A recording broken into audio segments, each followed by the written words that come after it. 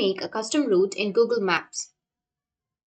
So if you want to make the custom route in Google Maps, then first you just need simply open up your Google Maps. Once you're on your Google Maps, now you need to go with search, which is on the upper left, and then search for a destination. Once you've searched for the destination, now you just need simply go with the directions. Under directions, you can go with the option, any option that you're comfortable with.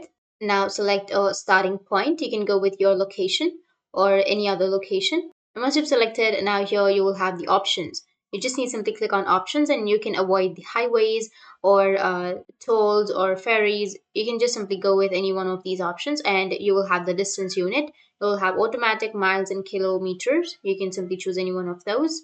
Now you can just simply go with add destination, which is here, and you can simply add a destination. Once you've done adding your destinations, then what you need to do is simply go with the upper left, which has that three bar icon.